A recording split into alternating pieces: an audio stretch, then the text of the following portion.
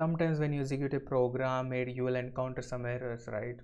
Now what if we want to customize those errors? Let's say that I'm writing a program, and there is a possibility that a particular error is going to occur. So what I'm going to tell the program is, if this error is going to happen, don't just break the program, but then execute these kind of steps. So that is called as exception handling. You are handling an error. So let's try something. Okay, till now we are taking some variables and we are assigning the values, but what we'll do now is we'll take the value from the user. So there is a method called as input. So what this means is, now this statement input, it means that you are asking the value from the user, and that value will be fed into into A. Similarly we'll do for B. I'll execute this.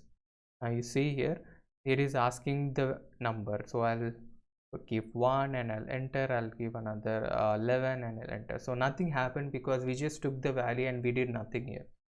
So what I'm interested here is, I take another value C and I'll put A divided by B and I will print C.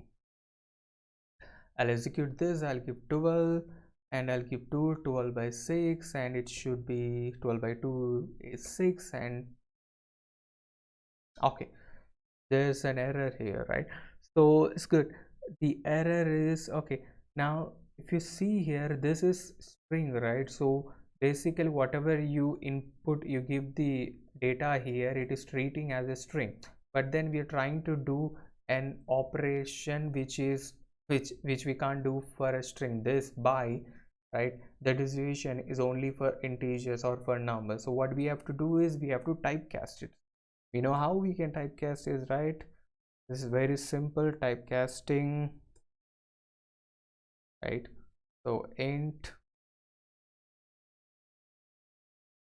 is it,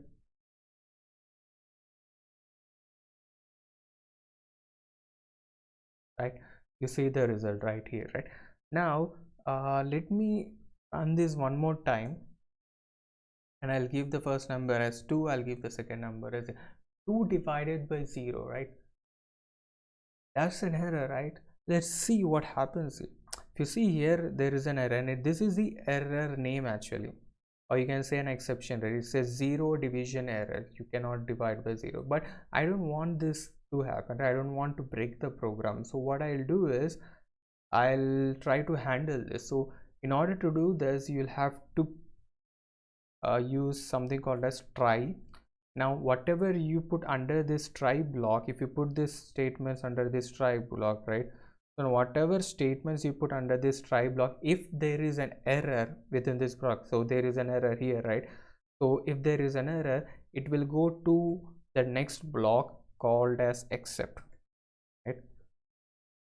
Here it will go here, and now you can put your code here. You can put some statements, or you put some logic here. It will execute all those logic. So whatever you put in the try block, if there is a failure, it will go to the except block. So here let me say that uh, say I'll say error found, right? Now just observe this. I'll just copy it here. I'll just copy it. Now you just execute this. I'll give 23 and I'll give 0. Now we don't get any error, right?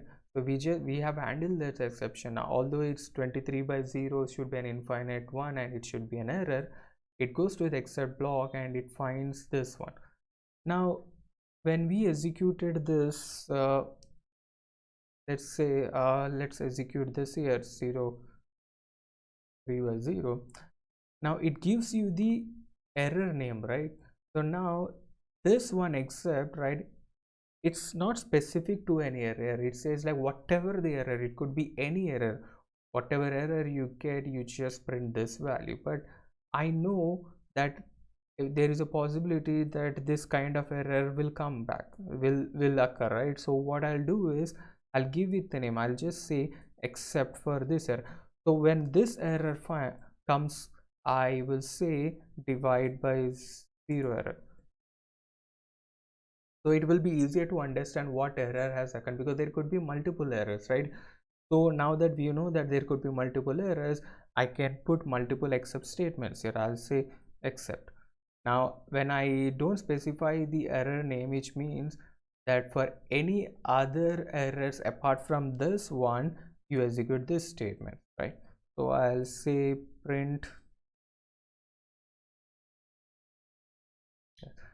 I'll run this program, I'll say 23 and I'll divide it by 0. So it will say divide by 0 error. I'll run it again, and this time what I'm going to do is I'm going to say 23, but I'm going to give a string value where I'll say just a character J. Now if I execute this now, it goes into this block because it is not a divide by 0 error, 0 division error. So it gets to the next block and it will execute this one. You can have as many except blocks as you can. So if you know the error name, then you can just specify the error name here and you can just keep on adding up. Now there's another block called as another statement called as finally. So what finally does is it will just, after all these are executed, this is a final block, so it will just execute whatever statements which is present here. Again, it's not necessary that you have this final block here, it's just there, but you may or may not use it based upon the requirement. So I'll just say like, end, I'll execute it, I'll say 2, and it just execute whether it's an error or not, it will just execute it. Let's check for an error. So okay, you have an error and then it executes, so it just execute irrespective of whether you have an error or not. So that's about finally block. Hope you're clear on the exceptional handling. Now next we'll look at file handling. So we'll catch up in the next lecture. Until then, keep practicing and keep rocking.